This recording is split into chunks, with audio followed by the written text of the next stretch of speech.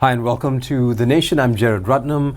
My guest today is a seasoned teacher. He's an entrepreneur and a business owner, and he's on a mission to help people win at life, emphasizing mindset, attitude, habits, resilience, and the most important is mindfulness. With expertise in communication, leadership, emotional resilience, and more, today he's here to share valuable insights on helping yourself before helping others. Derek KULASIGHAM joins us. Derek, thank you very much for taking time off to be with us. Always good to have you on the show. Now, for me, it seems like a really fairly simple topic, very kindergarten-ish. Why did we pick that? Take care of yourself before looking after someone else. Thank you, Gerard.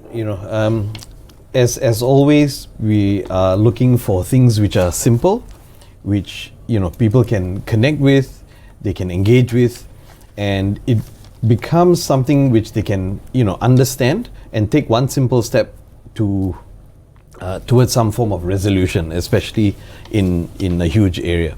Now, the reason why we're talking about self-care, or people interchangeably use self-care and self-love these days, is because in the process of helping people to win at life, and win at life stands for what's important now, what's important next, to live in flow every day. Mm-hmm. And with our original topic, we talked about serving or servant leaders. It seems to be a bit more down the line, but in the work that we've been doing since September, which we help people to either finish the previous year 2023 strong and launch into 2024, you can imagine people want to hit their sales goals, their personal performance goals, their health goals, and all these other financial, business, career type goals. And there's no magic key, there's no silver bullet, and gone are the days where people are looking for one solution which addresses everybody's challenge.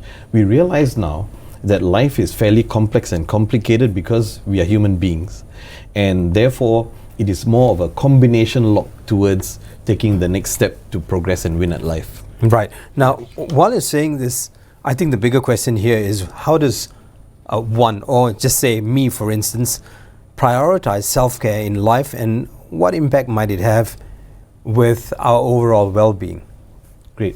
I think the first point is to realize that most of us work at extremes. Some of us are extremely logical, brain-driven, and others are heart-driven, right? Feelings-driven. And the first thing to realize is that self-care equals to, let's use a Bluetooth analogy where most people are familiar with technology these days. It is repairing your brain and repairing your brain and heart connection. And that's the first step, because in wanting to hit our goals, some of us take the very logical approach and others take the feelings approach, and it doesn't work for everybody. So the first part to realize is that once we integrate our logic, what are we looking at feeling, here? Wait, hang on, I need to stop you. What are we looking at here? So, and you pick this, yeah? So this is a really good image, and images help us to retain the information. It is just a very simple picture to show us that for most of us, we haven't paired our brain and heart connection for a long time. And hence the the Bluetooth analogy of linking our brain to our heart. Because when we do so, we start becoming more relationship building rather than transactional. And this is actually the biggest challenge for people wanting to make advances in life, because the general challenge is this: most of us know what to do, but we don't do what we know. Most of us know what to do, we know what to do, right? But we don't do what we know. And if we haven't focused on the foundation, which is caring for ourselves, then our physical well-being goes off track, our emotional well-being goes off track, our mental well-being, which is now in the news very often, goes off track, and of course the spiritual stability is impacted as well. So the first part is just caring for ourselves, just reconnecting with ourselves. Who are we authentically? Are we in alignment with our strengths? And then we can then, with that direction, take simple, clear next steps towards hitting our goals in life. It's interesting you say this because a couple of days ago I was listening to this podcast by this motivational speaker. I've never heard of him before, Michael Singer, and he talks about taking care of your inner self. He says you've got power within you, or energy, and you've got a heart and mind, and you need to always keep that in check in order to be able to connect with the rest of the world. Sometimes, most of the time, the problem isn't the rest of the world, it's you and how you connect. And I didn't quite get that. Yeah. Well, I think this whole aspect of being more empathetic, being more compassionate, being more showing more intimacy in the workplace or in the mainstream is coming to the foreground. And I can remember in 2008, we were doing law of attraction work, right? In terms of mindset and attitude and behavior change. And a lot of people said, oh, this is woo-woo stuff. But now it's mainstream because we realize that the reason why we can't progress in life is because we are trying to set new goals, new directions, but we are being run and dominated by old programming. So in order to shift through that, the first step, just like using Waze, is to identify where we are located.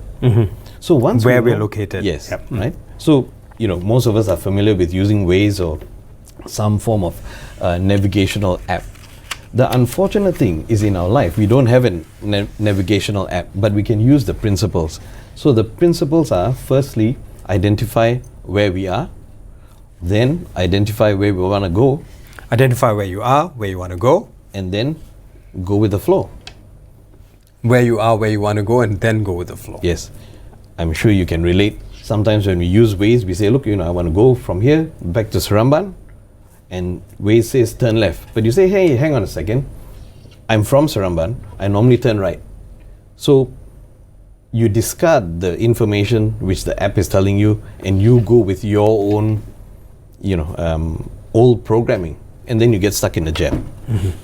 So self-care is the foundational step for most people, whether you're in corporate, you're in leadership, and parenting are seamless these days, in terms of getting to where you want to go in life. Now, in what key areas of life could prioritizing self-care make a significant difference, and how might this influence the outcomes then? Right. So there are generally about 8 to 10 key areas of life, of which most people are, we are bombarded by things like business and career, our finances, our health, if we have some healthcare challenges, and also relationships. And although the other three, the business, career, finance, or physical health might be dominating, in over 90% of the cases of the people that I work with as clients, the number one challenge has always been relationships. And relationships in itself is complex, right? It's relationship with ourselves, relationship with other people, relationship with finances, relationship with success. Most people want to achieve success. I was part of a panel to work with entrepreneurs who are, navigating things like stress, anxiety, depression, burnout, and overwhelm. And the common denominator was most of them didn't have a healthy relationship with themselves and relationship with success. So they were doing all this work, but they were self-sabotaging. So that's where... How do you mean? Give me an example. The analogy would be you're stepping on the accelerator of your car, but your handbrake is up. And you're wondering, hey, why am I not moving? I'm doing all this work, I'm putting all this effort, energy, resources, time, and I'm getting nowhere. And suddenly you realize that your handbrake is up, you release it, not remembering that your foot is on the accelerator and maybe no longer holding the steering wheel tightly. And that's where most people go off the rails and meet with an accident. So we know now that most of our problems stem from the fact that we don't have great relationships with ourselves. Yes. You've established that. This has been established by people all over the world who's talking about it now. But seeing where we are, the lay and the lie of where you are is also very important. Being in a country like ours, with it being in flux, changing, constantly changing. In the past few years, we've dealt with constant change. Now, how do you take whatever's happening outside and use that as a lesson inside? I don't know if that question fits though. The question fits, and it's actually absolutely relevant, because when you work on your self-care and you're pairing your logic and your emotions, it helps you to notice that there's something wrong, and this whole area of study is called emotional intelligence, and it's the foundational aspect of all intelligence work. It teaches us that there's no right or wrong, good or bad in terms of emotions.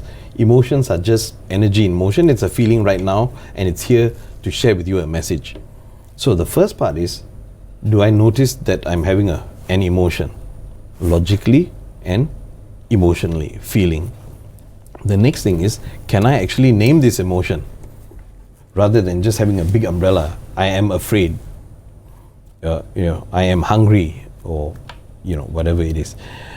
To really name and define the challenge. As they say, once you identify the challenge, half your problem is resolved. So the first thing is to notice that you're having an emotion or a feeling. The second one is to be able to name it. The third aspect is to know what it means. What does anger and frustration mean for you? So for someone who has a more positive attitude, a growth type mindset, they would see anger and frustration as being stuck, and they will then respond positively and take steps towards resolving that, which means they are going to step out of their comfort zone. But if you have anger and resentment, but your attitude is a bit more pessimistic perhaps, and your mindset is more fixed or rigid, then you will retreat back into your comfort zone and you will resist moving. Then, when push comes to shove, like you say, with all these external factors that are happening, we will then be, put into situations where we feel overwhelmed, we are burnt out, and that's what leads to that slippery slope of stress, anxiety, depression, and all that type of stuff. But when you talked about common denominators and Yes. all of us being different, when we say all of us are being different, in that we know that all of us are also the same. Our frustrations, our fears are very much the same. Am I going to be able to put food on the table tomorrow? Will I get that promotion? I've worked so hard, I'm not getting anywhere. Now, most of us would have this problem, and we have these conversations in our minds, but not with ourselves. Some say, I don't understand what that means too. Some say that conversation is ongoing in your mind, but there's no work happening on the inside.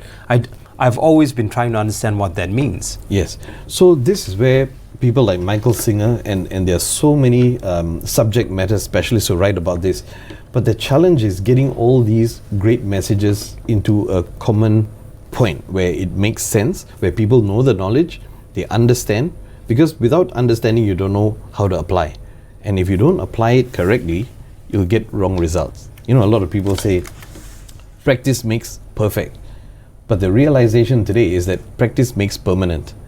So if you're practicing the wrong thing, it's going to be hell to get out of it. So the realization then is that because we are prioritizing self-care, we then communicate with ourselves. We are more comfortable with who we are, because the challenge for most people is we don't know who we are, we don't know what we want, we don't know why we want it, we don't know how to get it, and most of the time we get stuck because we are not willing to pay the price. And the price is not monetary, but it's the effort, the emotion, the energy, the resources that we put towards breaking out of this old behavior pattern. So the common point for all this is to actually understanding who we are, because when we have clear clarity of identity in terms of our I am identity, then you'll always know what to do. So your identity impacts your behavior patterns, because most people in the self-help industry are working on behavior patterns, and working on behavior patterns is more of a band-aid short-term solution. You're addressing the symptoms rather than the root cause. Now, if you want to identify things permanently and you're wanting to put yourself on a transformation journey of sustainable, scalable development and growth, then you've got to address the root cause. Yeah, but you call it what you will, transformation journey. There's a lot of different terms, and it always boils down to technicalities and semantics. But all of us want to live at ease. Everyone wants to live life. Not they say, don't worry about the past and don't think of the future. Enjoy that moment. Now, if we want to apply these principles that you're talking about into our lives today, to make a change, maybe in career, personal development. You want to see different outcomes in your personal development, and also just personal growth. What can we start working on now at the beginning of the year? Because everyone's pumped up, psyched the first week of the year. Where do we begin? Yeah, well, the beginning is always to set some goals, right? Smarter goals, preferably, where it's not only logical, but it's also emotional, it's relevant, and most importantly, it has to be tied with a reward, because human beings, we are always working towards a reward. And one of the simple things to do is to identify, maybe between 7 to 10 goals that you're wanting to achieve in this year. And what I share with people is that most people will change their goals anyway. So the first 2 weeks of the year is to actually test run your goals. It's like you're buying a car. Before you make a purchase, you go and test drive the car. So test drive your goals. For the next couple of weeks, just say, look, these are important things in my business, in my career, in my life, in my finances, whatever area that you're working with. Ideally, it's written down with some tangible steps, and you test drive it. In 2 weeks, you realize, look, I'm lagging behind in some of these, I'm accelerating in some of those I didn't even pay attention to. Right. So that's where you get started. So this whole area about self-care is about knowing yourself and what's important for you. But in what you're saying, what I'm picking out here is, Yes. to test run and to go back and relook at these things and go, it comes with a level of discipline. Yes, no? Absolutely. Yeah. So the challenge with discipline is most of us have an idea that we are disciplined, but when it comes to application, most of us fall apart. So, and I'm not generalizing here. Yes. Do you think we as Malaysians, or most of us, are ambling through life because we're plagued by this thing called endemic mediocrity? Boleh lah, let's just do it. That's how we always. I mean, once again, I'm not generalizing it, but most of us, when we're doing something, when it comes to a project, anything at all, as long as it's done, we don't want to see it through well. We just want to make sure it's done, because that's what work expects of us. Just do something, get it done, over and done with, and then you're off on your next project. And that's set in so much, it's so entrenched in our psyche within the Malaysian collective that when I look at it, it's basically that to me. Am I wrong? You're absolutely right, because we're all products of our environment, and the environment has shifted over the years, where things which were relevant before, and we had this conversation off camera some time ago, where we said, look, how or where is this value of serving leaders or servant leadership or courageous leaders gone? And it didn't disappear overnight, it disappeared over time, and we've become products of the environment which has shifted over time. So there's this focus once again on the word that you said, discipline, right? There's a difference between discipline and commitment. Discipline is where you do the thing rigidly, sometimes without even understanding why you're doing it. Mm-hmm. But commitment is actually applying discipline towards something which is meaningful and reasonable for you.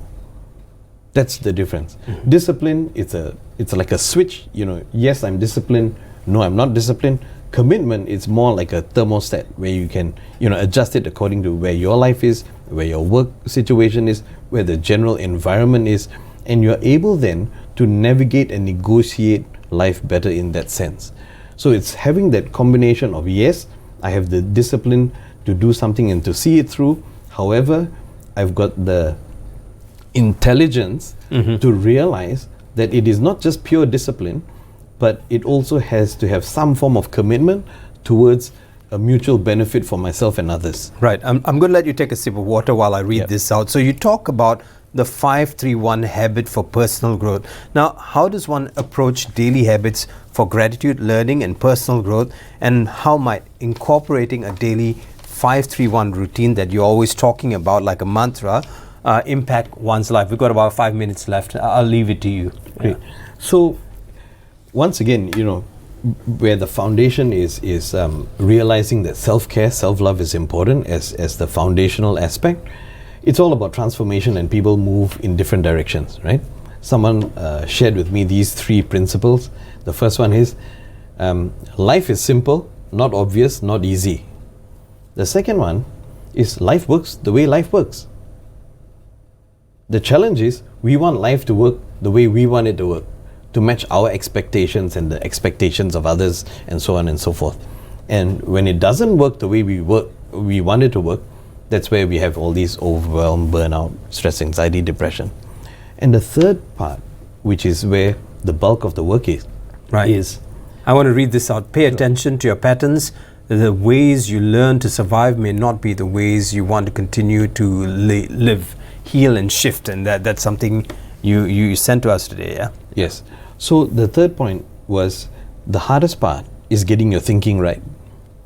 And the challenge with getting our thinking right is in that quote we shared, that whatever we did in the past for survival, to adapt and thrive, may no longer be applicable today.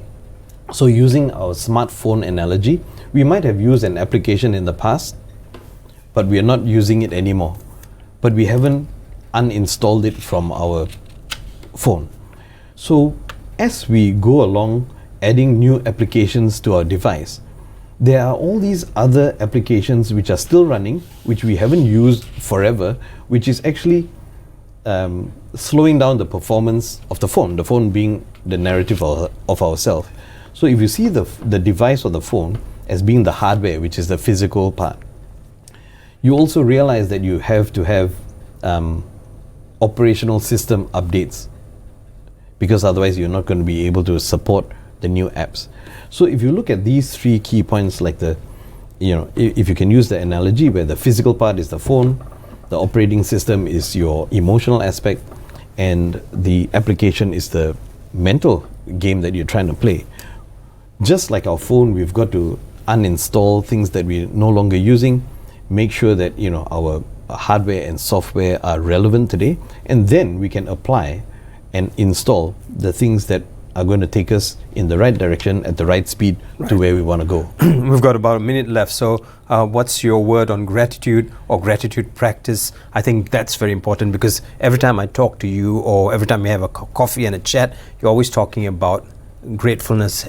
Gratitude is very important in order to move you forward. Your thoughts on that? So 531 is the discipline of about 15 minutes every day before you go to sleep. Write down on a piece of paper or in a diary 5 things that you're grateful for, 3 things that you've learned new or you've refreshed your learning today, which increases your curiosity and your personal growth and development. But the most important point is 1 thing that you're going to do better tomorrow than you did today. So 5 things of gratitude, 3 learning points, and 1 key point that you're going to do better tomorrow than you did today. I'm going to ask the studio director for 1 more minute. Just repeat that for me. Yes. So 531 is about 5 things that you're grateful for, list it down, because that actually triggers our being to realize that there's something going right in our life, and it's all conditioning. The second one is 3 learning points, because it shows us that we are growing, we are curious, and we are expanding ourselves. And the most important point is 1 key thing that we're going to do better tomorrow than we did today. And that's where the personal growth and transformation happens. So this whole process of self-care and beyond is about realizing it's all about repetition, it's about improvement over a period of time. It's Repetition, improvement over a period of time. We'd like to thank Derek for sharing a wealth of knowledge, and thank you for tuning in and for staying with us right here on Bernama TV. Remember to apply these principles, the 531, in your journey towards success and joy in 2024, or as some of my Chinese friends say, 2023A. Until next time, keep striving to win at life. Derek, thank you very much for joining us. Thank you very much, Gerard. Thank you very much.